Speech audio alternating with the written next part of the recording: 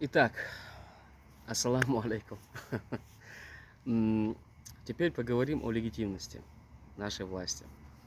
Э, Чеченская республика Ичкерия – это легитимное государство, которое образовалось, которое восстановилось, правильно восстановилось в начале 90-х. В 90-м образование прошло, в 91-м уже все, полнота власти уже есть. С президентом, парламентом, министрами, со всеми делами. С этого момента никто не отменял, то есть народ не изъявлял волю, чтобы Чеченская республика Ичкерия прекратила свое существование. Народ, наш народ, э, пережив две войны, в период Второй войны, где-то в 2003 году, если не ошибаюсь, Россия варварски, нагло организовала так называемый референдум. Сегодня мы можем ссылаться, делать такие отсылки именно с шагов России, когда говорим о референдуме 2003 года на территории Чеченской республики Ичкерия. Точно такой же референдум провела Россия на оккупированных территориях Украины. И сегодня мир может посмотреть, что из себя представляет референдум по-российски, по понятиям Российской Федерации. И поэтому референдум, который был в Херсонской области, в других областях, оккупированных территориях, а референдум, который был в Чечне, имеет одного хозяина, имеет одно направление и имеет один показатель того, что Россия, оккупировав территорию, не спрашивая у народа, вообще наплевательски относясь к народу, может насадить свой закон. Вот то же самое произошло и с чеченцами, чеченским народом. Ни у кого не спрашивали ничего, просто Россия решила провести так называемый референдум, и после этого начался культивироваться вот этот формат правительства во главе с чеченцами. 2003 год – это год, когда активно идет сопротивление. Президент Аслан Масхадов во главе. Есть масштабные вылазки, которые производят наше сопротивление. Абсолютно не контролируется Чечня в ночное время. Горная, предгорная местность вообще полностью находится под контролем наших войск. Поэтому это то время, когда идет активная фаза. И вот на фоне этого, да, мир проглотил все это. Я не верю, что мир не знал, что из себя представляет Россия. Но для мира было удобно, чтобы бензоколонка, которой они пользовались, она бесконфликтно, беспрепятственно, исправно поставляла им энергоресурсы. Сегодня это то же самое. Сегодня это мы видим ну, на примере оккупированных территорий Украины. Так вот, что я хочу этим сказать. Легитимность, она не оспорена. У народу не дали свободно выбрать свое новое направление. У народа никто не спрашивал. Народ просто поставили перед фактом, и выдав российские паспорта, установив российскую администрацию, сегодня культивируется вот этот русский мир в Чечне. И ярким представителем русского мира сегодня является Рамзан Кадыров с его окружением.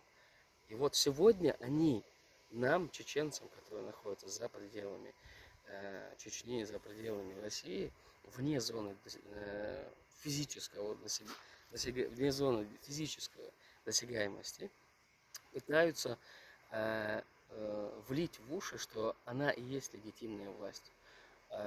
Легитимная власть есть только у чеченского народа. Это власть чеченская, Ичкерия. Грубо говоря, Ичкерия. Формат правления, он перешел на военное положение, потому что с 5 октября, если не ошибаюсь, 1999 года у нас объявлено военное положение. И это военное положение по сегодняшний день действует, потому что, во-первых, республика находится в оккупации, во-вторых, война, активная фаза боевых действий. Тогда перешла в такую более такую вялотекучую, когда физически устраняют того или иного человека, который принадлежит к структуре Ичкерии. И много раз были, Кадыров об этом даже не знает, много раз Россия предпринимала попытки после пленения того или иного человека, имеется в виду со стороны Ичкерии, чтобы он публично признал, что все, легитимность она отменяет. Именно легитимность отменяется, а не то, что Ичкерия перестала существовать, Ичкерия теперь не владеет Чечней, это именно легитимность, что ее нет. Вот это было важно для России и важно по сегодняшний день. Но правительство Чеченской Республики Ичкерия за рубежом, оно функционирует, оно действует, оно развивается, эта структура, она работает. И сегодня более эффективно мы видим ее работу на территории Украины, где есть офис, где есть структура воссоздания армии, где есть кабинет министров, где есть премьер-министр, где есть вот эта структура, она сохраняется. И до тех пор, пока эта структура будет, ни у Рамзана Кадырова, ни у Путина, ни у кого-либо нет никакой физической возможности сделать так, чтобы кадыровский режим, кадыровская Чечня стала легитимной. Это невозможно. Это юридически невозможные вещи. От того, что вы хотите и вы видите так, это не меняет ничего абсолютно. И именно поэтому сегодня ваши хозяева, ну, я буду выражаться общими высказываниями, грубо говоря, так вот более четко доходит до вас, когда говорят, что вот ваши хозяева. А сегодня более четко Кремлю, именно Кремлю нужно подчеркнуть, что Чечня сегодняшняя, вот под руководством Рамзана Кадырова, она и есть легитимная.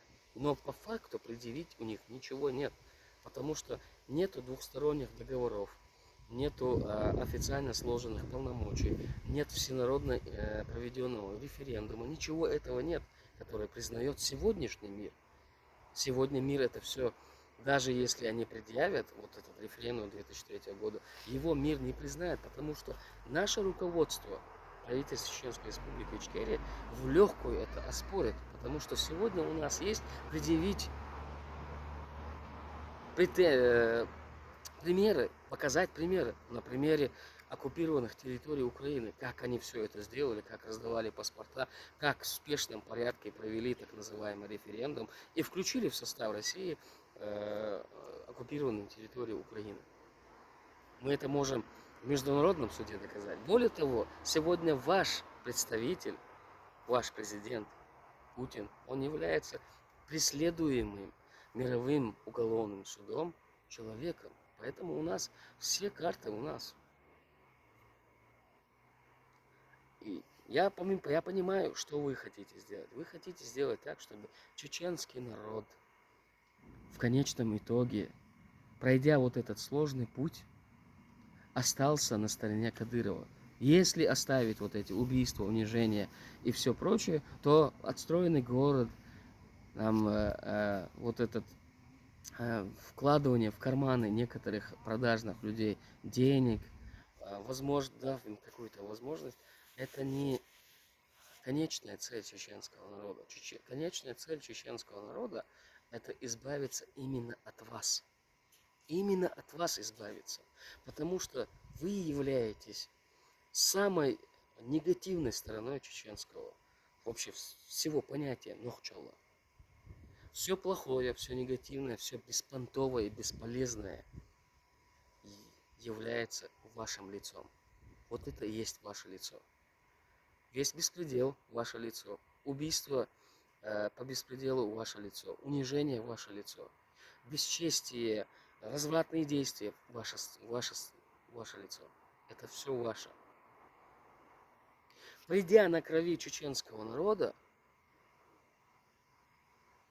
Рамзан, придя на крови чеченского народа, твой отец пришел на крови чеченского народа власти, вы не сможете стать легитимной властью. Легитимная власть не приходит на крови чеченского народа.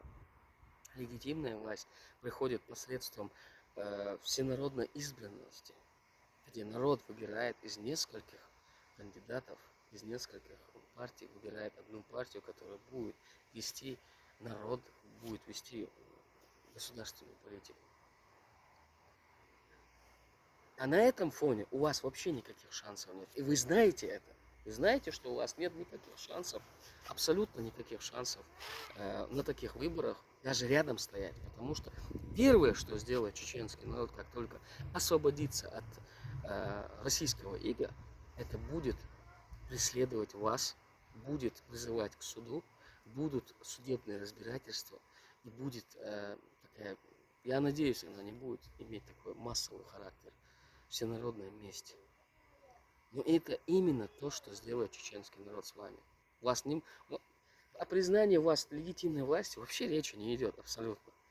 Об этом вообще даже близко. Ни один чеченец об этом не думает. Каждый чеченец думает только об одном.